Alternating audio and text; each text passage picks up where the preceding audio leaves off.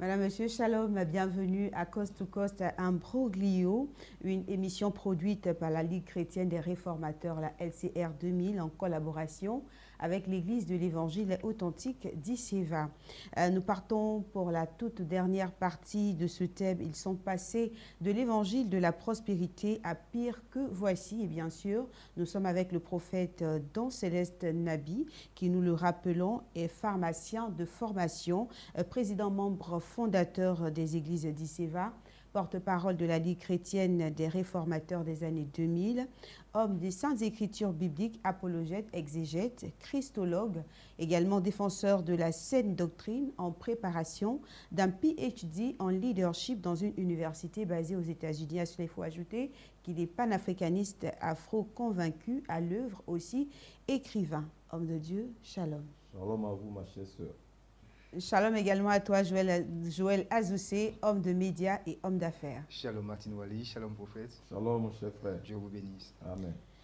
Alors, homme de Dieu, le thème, il est à l'affiche depuis quelques semaines déjà. Il s'agit donc de cette, je ne sais pas s'il faut dire ce concept, ou alors de cette doctrine en rapport avec le culte de Baal. C'est bien cela? Absolument. D'accord. Alors, on a eu à dire beaucoup de choses, mais là, nous allons aborder un axe qui va nous permettre de reconnaître réellement quelles sont les caractéristiques des prophètes de Baal, quels sont leurs intérêts et comment est-ce qu'ils procèdent. Merci. Alors, madame, en lisant très attentivement Philippiens 3, versets 17 à 21, vous pouvez découvrir les signes caractéristiques d'un prophète de Baal de nos temps. Primo, leur Dieu est leur ventre. Les Écritures disent qu'ils ont pour Dieu leur ventre. C'est-à-dire qu'ils ne courent qu'après le manger et le boire. En somme, les besoins physiologiques. Pour leur ventre, ils sont prêts à tout. Ils ne pensent qu'à leur ventre, rien que leur ventre. Secondo, leur gloire est dans les choses honteuses. Les Écritures disent qu'ils mettent leur gloire dans les choses honteuses. C'est-à-dire que vous allez les voir, ils seront en train de rendre témoignage des choses qu'ils ont faites. Normalement, qu'ils devraient faire honte, mais ils n'en ont pas honte. Ça paraît bizarre, quoi. C'est comme un esprit de démence, de folie. Voilà. Tertio, leurs pensées sont dans les choses de la terre. C'est-à-dire qu'ils sont totalement coupés des choses spirituelles. Ils n'aspirent point à l'éternité. Les questions de salut, de sanctification, de communion avec Dieu, de foi chrétienne avec Dieu, ça n'est pas à l'ordre du jour chez eux en fait. Puis leur message en témoigne. Sortez à Abidjan, regardez ce qui est affiché. Écoutez bien leur message et séminaire. Rien que du terrestre, rien que le matériel, rien de Dieu, rien de Jésus-Christ. Si ça n'est comment exploiter Dieu et le nom de Dieu. Carto. Ils sont ennemis de la croix. C'est-à-dire ils font la promotion du ministère, de la facilité. On l'a vu ici en Côte d'Ivoire, avec l'évangile, la prospérité, le placement d'argent. Et maintenant avec toutes ces structures pyramidales là, dont on ne sait pas réellement qui est au sommet.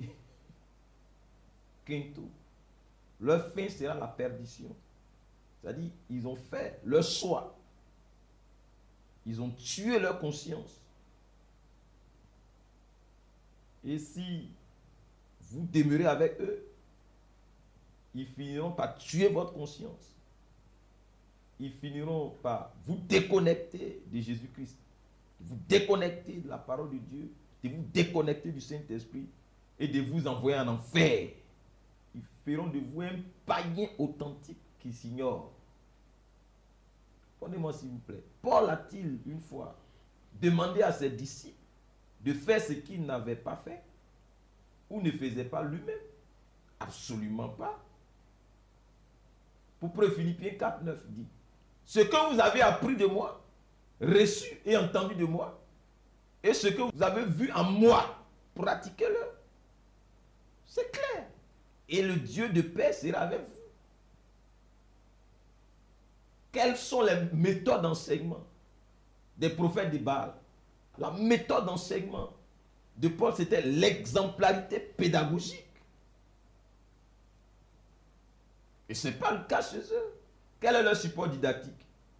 Quel est le support didactique de ces faux prophètes et faux apôtres? Ce sont des visions de tromperie. Voici une caractéristique, une âme caractéristique des prophètes de Baal de nos temps modernes, des nouvelles révélations. Ces hommes ont toujours de nouvelles révélations. Franchement,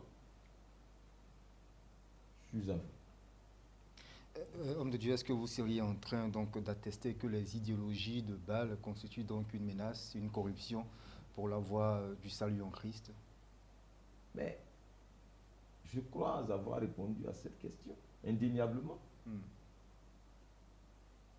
J'ai fait mention de leur standard pédagogique. Mais les choses ne s'arrêtent pas qu'aux révélations. Pendant que les vrais serviteurs de Dieu se soucient de la sanctification et de l'authenticité de la foi des fidèles chrétiens, les prophètes des Baal des temps modernes, eux, les encouragent et les enrôlent dans des aventures spirituelles de perdition pour des gains profits terrestres futiles et fugaces. Paul dit qu'il est jaloux des chrétiens parce qu'il les a fiancés à un seul époux qui est notre Seigneur.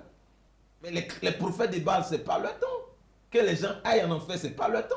Ce n'est pas leur problème, ça. Ils s'en foutent. L'éternité des gens ne les intéresse pas. Allez-y, lire 2 Corinthiens 11, le verset 4. Ils prêchaient notre évangile. Ils communiquaient notre esprit aux chrétiens. Les démons d'ailleurs. Un autre évangile. Un autre Jésus-Christ. 2 Corinthiens 11, 13 dit, c'est Paul qui parle. Ces hommes-là sont des faux apôtres. Des ouvriers trompeurs.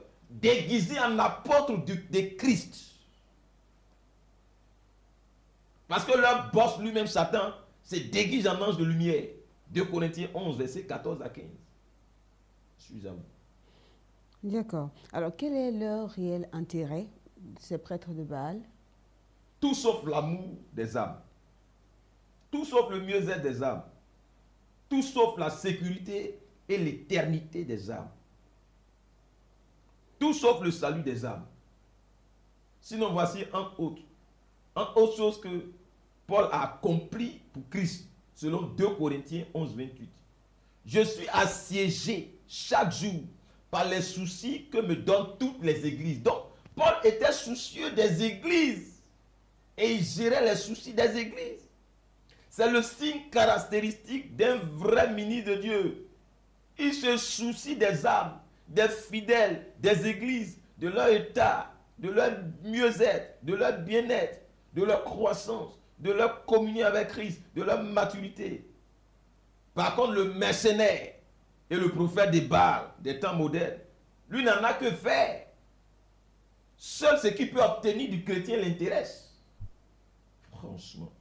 Les prophètes des Baal des temps modernes, Madame Wali, eux se glorifient de leur voiture, de leur jet privé, de leur agenda relationnel, de leur maison, de leur costume chaussures, de leur nationalité, des biens de ce monde, des choses de cette terre, des fois même en arguant la sanctification, en arguant le salut authentique, dont ils n'ont que faire. Ils se glorifient de tout sauf de la part qu'ils devraient avoir dans les maîtrises de notre Seigneur pour l'expansion de l'évangile, comme Paul se glorifiait dans ses souffrances hier. Je lis pour vous Paul, 2 Corinthiens 11, 30. S'il faut se glorifier, c'est de ma faiblesse que je me glorifierai. C'est clair là. Mais les prophètes des Baal de nos temps, ce n'est pas ça. Voici une autre trait caractéristique des prophètes des Baal de nos temps. Leur support didactique, c'est tout sauf la Bible. Parce que le contenu de la Bible ne les intéresse pas. Leur vision, ce n'est pas de conduire les âmes au salut, ni à Christ, ni à la sanctification, ni à la maturité, ni à l'éternité. Ils n'ont que faire de ça.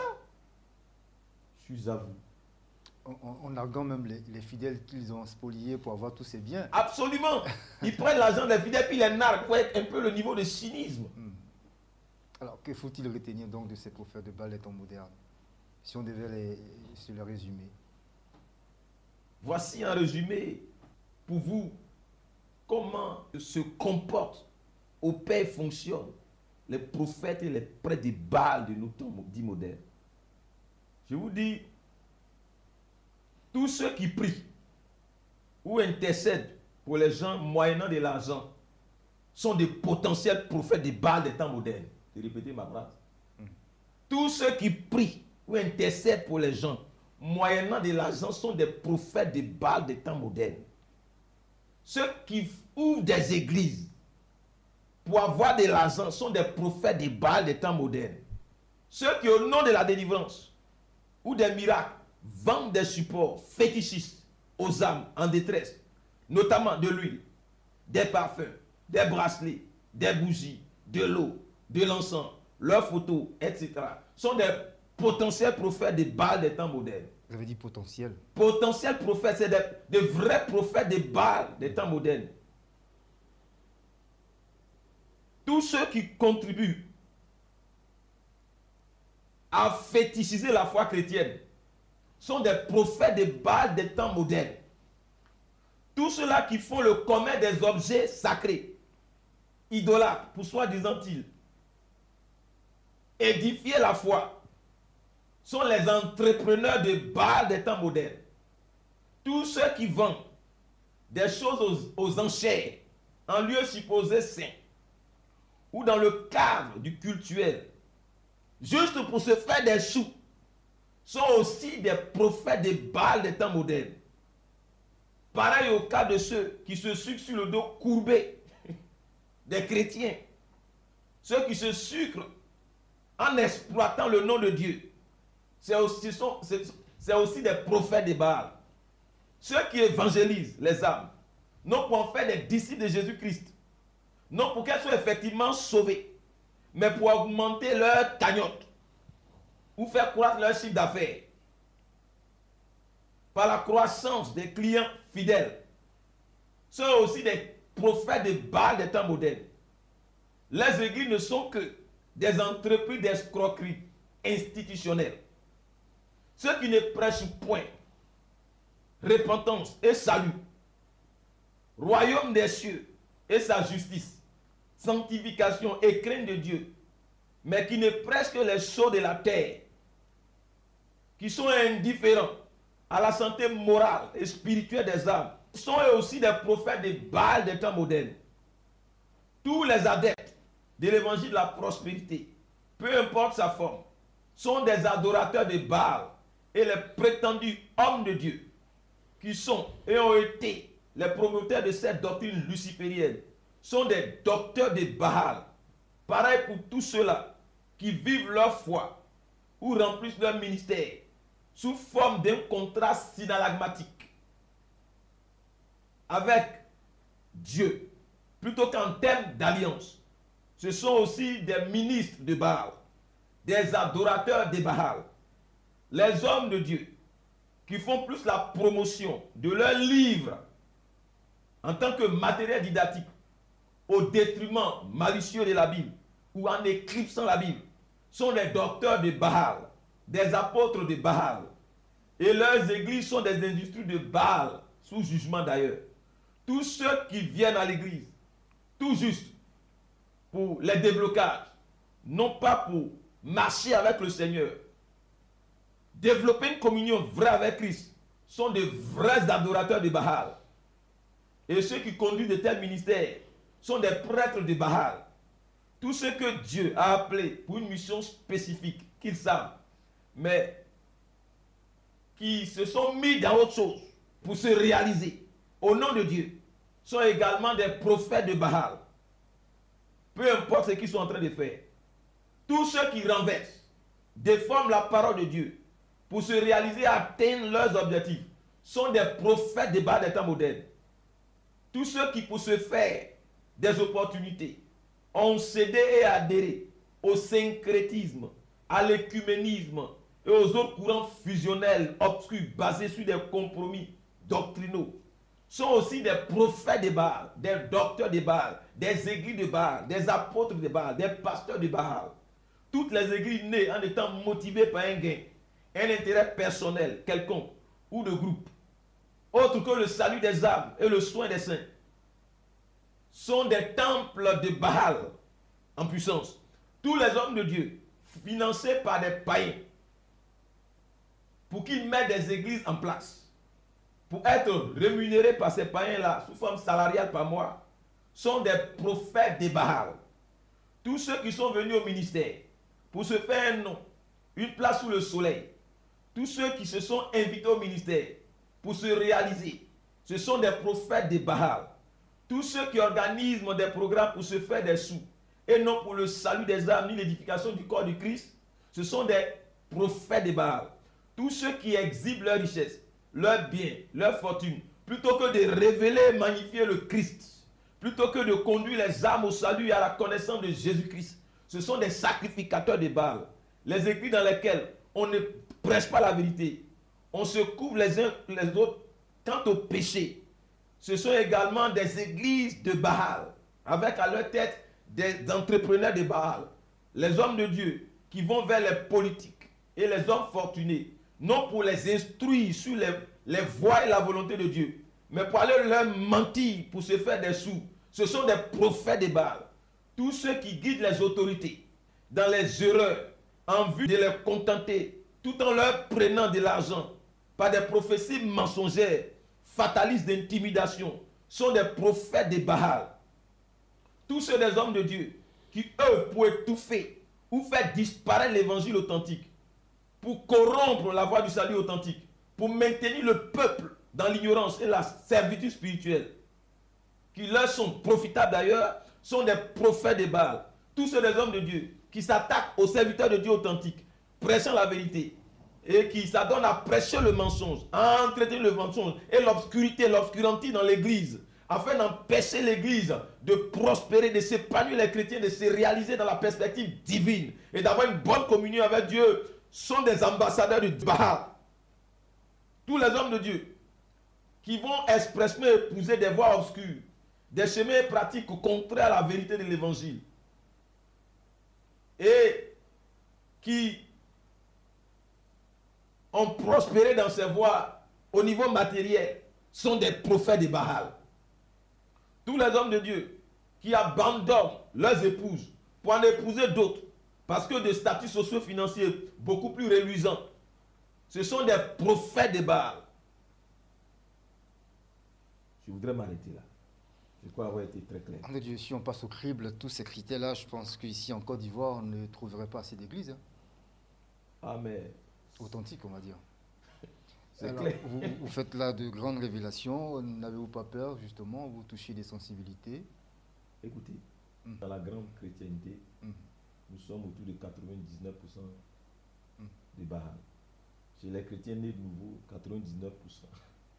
Chez les chrétiens de non, 99%. Dans le monde en général, 99%.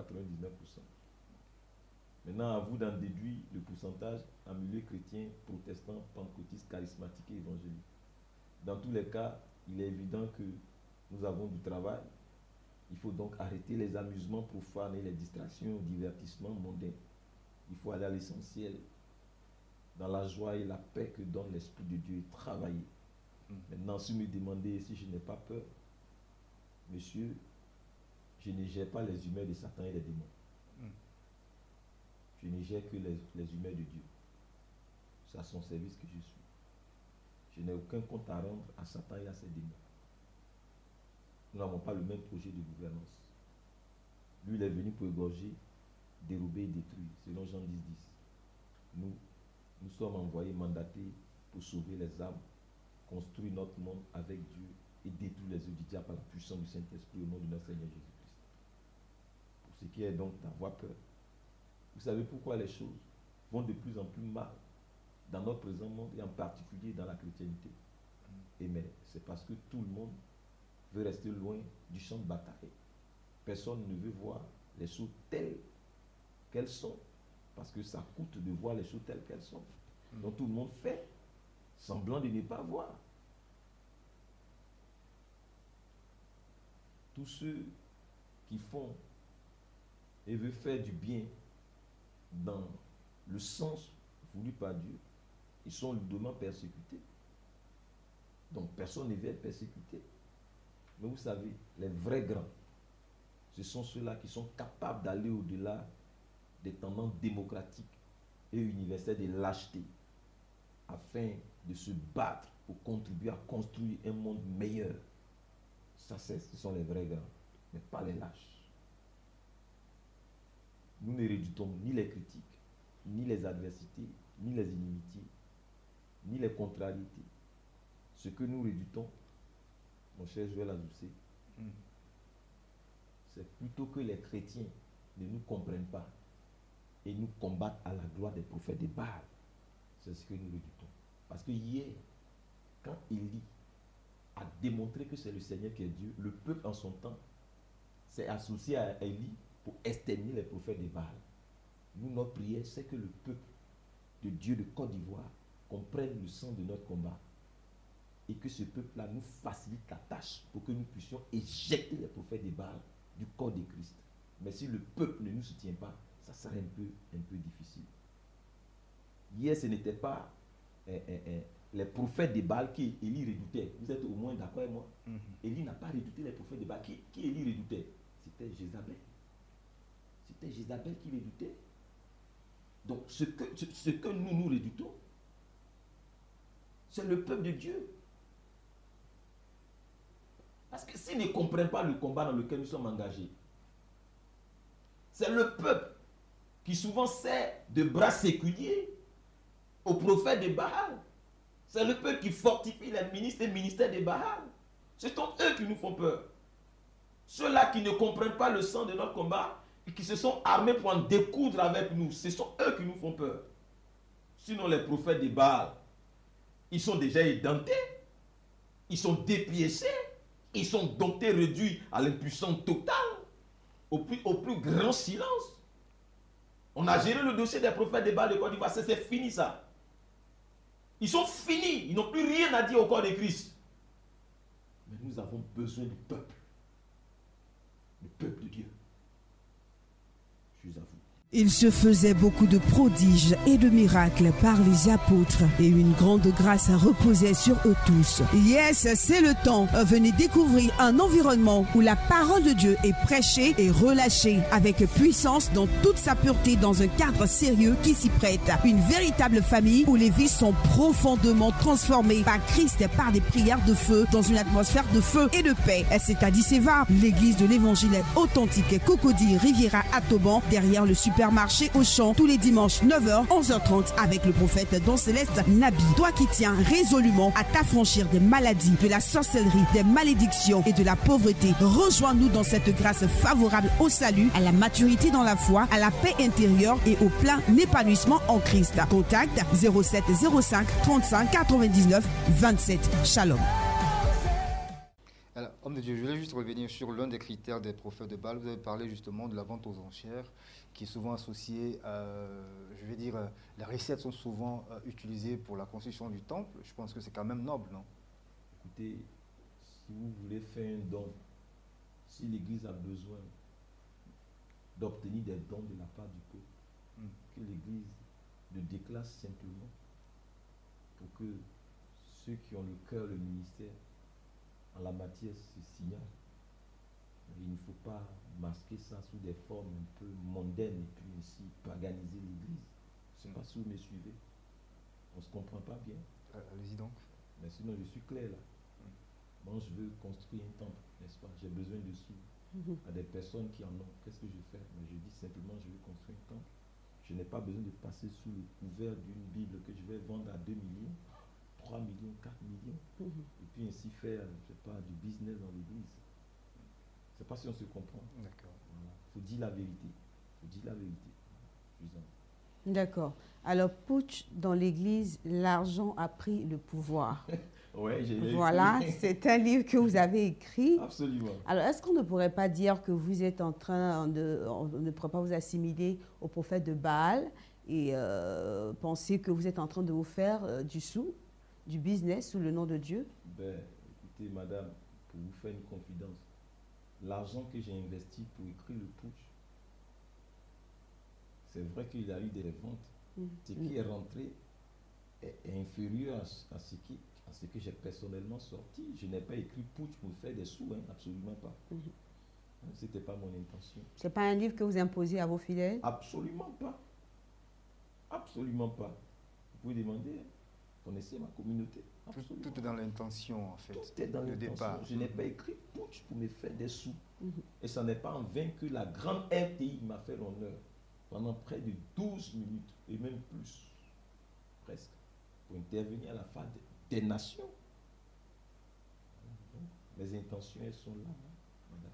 D'accord. Tout sauf le mercantile, je vous en prie. D'accord. Alors, dans le putsch dans l'Église, l'argent a pris le pouvoir. Est-ce qu'on ne retrouverait pas les traces des prophètes de Baal? Absolument. Il y en a tellement, tellement. Mais en fait, quand je dis qu'ils sont passés de l'évangile, de la prospérité à Pi, le Pi, là, c'est pas le culte à Baal. Hein. D'accord. Ah oui, le culte à Baal n'est qu'une partie de ce Pi-là. Mais si je dois vous répondre, par rapport à ce que j'ai mis dans l'intitulé, en disant qu'ils sont passés de l'évangile de la prospérité à Pi, le Pi, c'est l'évangile du New Age. Ah, d'accord. Et c'est le culte qui a monté l'évangile de la prospérité. Et c'est le New Age qui est en train... C'est un réseau tentaculaire. Il y a tout un dossier derrière. Voilà. Nous allons aller pas à pas. Alors, au nombre des prophètes de Baal, est-ce qu'on ne pourrait pas également compter... Le ministère de Baal, c'est une partie du programme New Age pour l'Église. D'accord. Voilà. J'étais en train de dire qu'est-ce qu'on ne pourrait pas est-ce qu'on ne retrouve pas au nombre des prophètes de Baal les chantres? Avec les tests qu'on a aujourd'hui. Ben, ils sont tous aisants. Quand ils chantent, c'est pourquoi?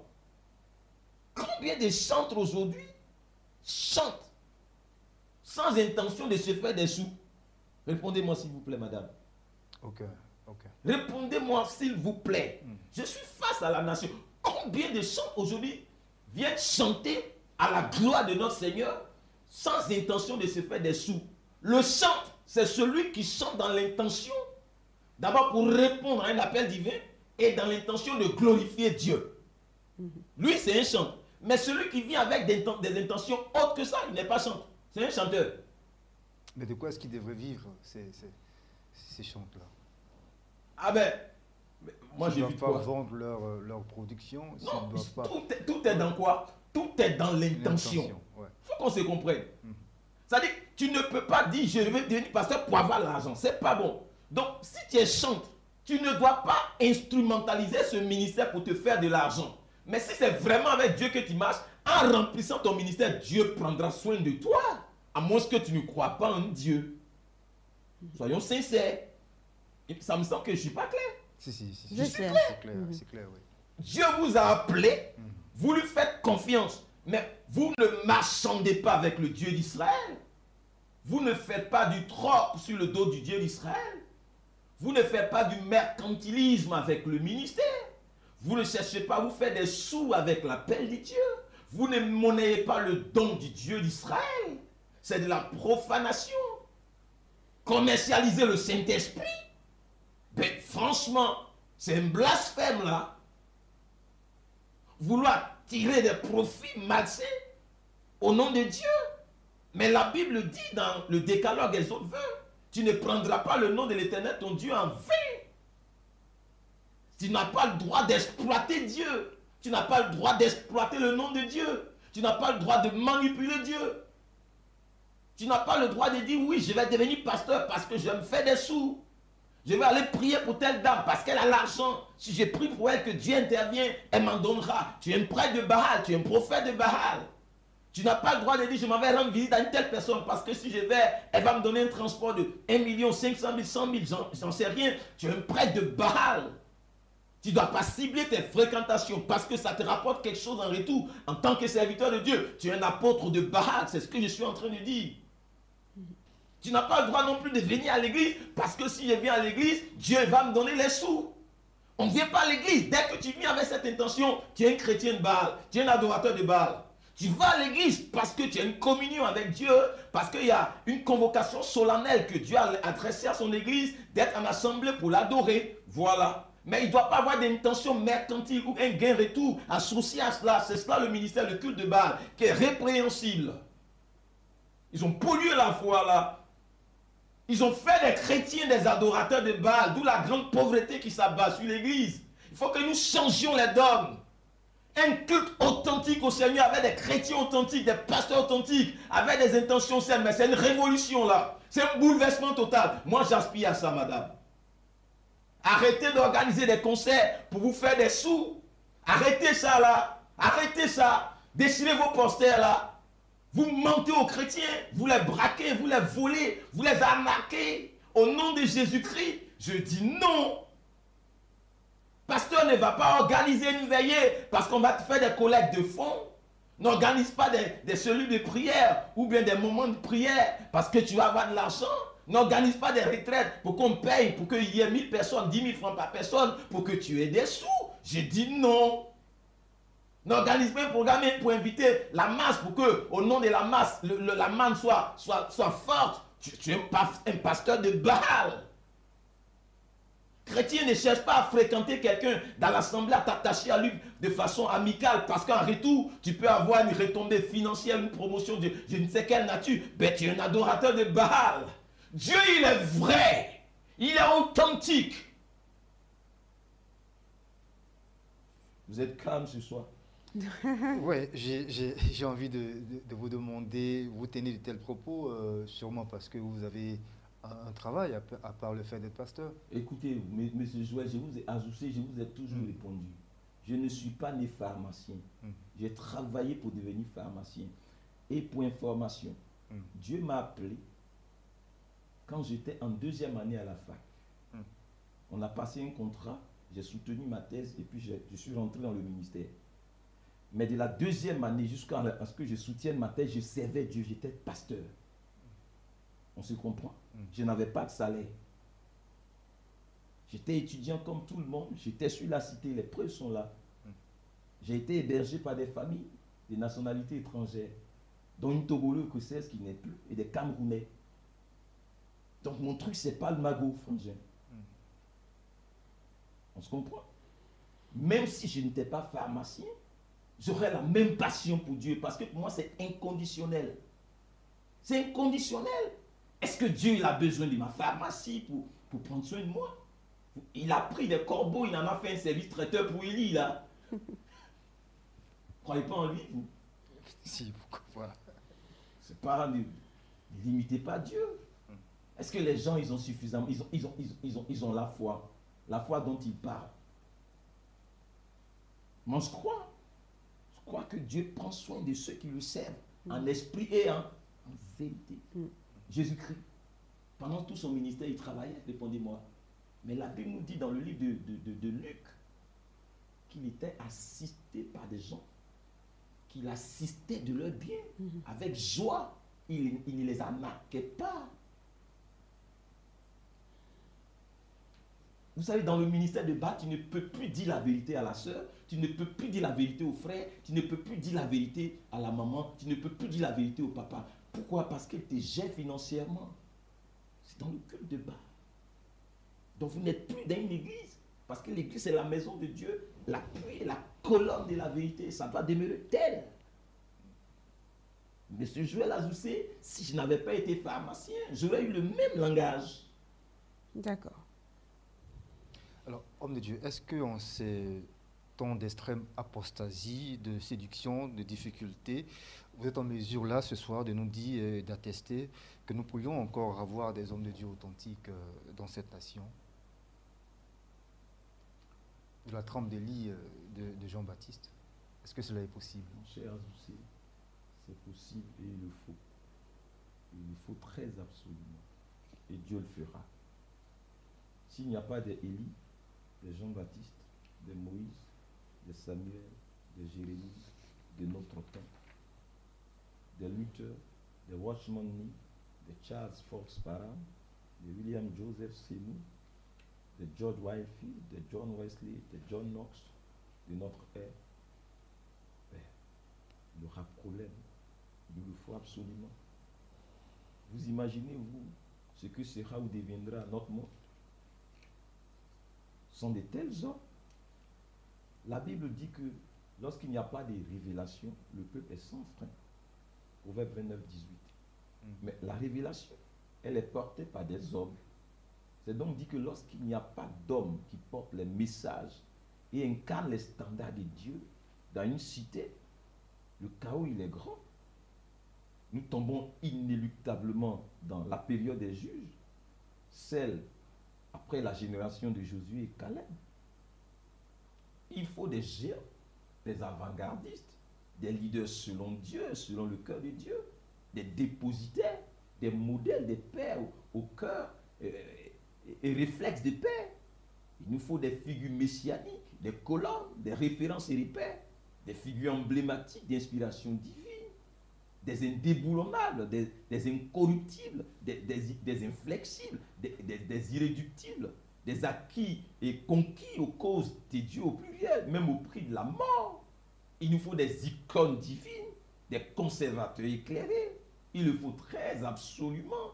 Sinon, ça ne sera pas bon, mon cher frère. Ni pour Dieu, pour ses intérêts, que sont les hommes, le salut, la sanctification, ni pour les hommes eux-mêmes. Vous savez, vu le climat d'extrême apostasie qui prévaudra avant le retour de Jésus-Christ, absolument, il doit y avoir des chrétiens vraiment authentiques. Des hommes dotés d'un courage extraordinaire, d'une émouna une foi de folie. Des hommes commando accomplis, prêts à toute épreuve pour qu'éclate la gloire de Dieu, pour que prévale l'idéal divin et les standards de Dieu. Et vous savez que Dieu, il tiendra toujours un reste. Il nous faut des Élie, des Jean le Baptiste, il nous le faut, frangin. Des gens qui vont refuser le statu quo, refuser le majoritairement correct, le démocratiquement louable. Il nous le faut. Il nous faut de telles personnes. Il nous faut des passionnés de Dieu. Il nous faut des lumières. C'est possible. Je suis en vous. Alors, homme de Dieu, nous allons mettre donc un point final à cette émission avec pour thème, ils sont passés de l'évangile de la prospérité à pire. Mais on aimerait bien savoir, vous avez parlé de pire que voici. De quel pire donc s'agit-il? Madame, l'évangile de la prospérité que vous avez connu, ici en terre ivoirienne, ce ne fut que le pic du iceberg. C'est un projet qui a été mis à exécution par tout un appareil occulte, opérant dans les entrailles de l'obscurité, pour le pervertissement de la foi chrétienne authentique et pour le renversement de l'Église authentique de Jésus-Christ. Et cet appareil-là, c'est le New Age, qui dispose de beaucoup de programmes nuisibles et nocifs pour l'Église et la foi chrétienne. Et l'un des programmes, c'est ce dont nous avons parlé, le culte à Baal. Le culte à Baal. Hier, ils ont vendu des illusions, ici en Côte d'Ivoire, en Afrique et dans le monde, aux chrétiens, par le moyen de l'évangile de la prospérité.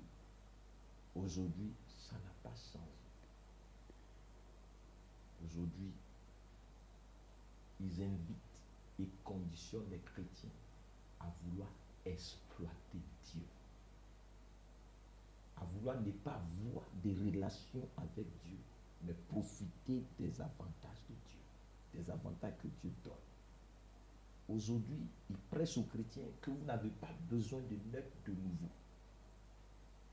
Mais vous avez juste besoin d'obtenir les choses de Dieu. Vous n'avez pas besoin du salut, mais vous avez juste besoin de ce que Dieu a. Aujourd'hui, ils sont en train de déconnecter les chrétiens de Dieu, déconnecter les chrétiens de l'éternité, déconnecter les chrétiens de la félicité éternelle à venir. Et je vous fais cette confidence.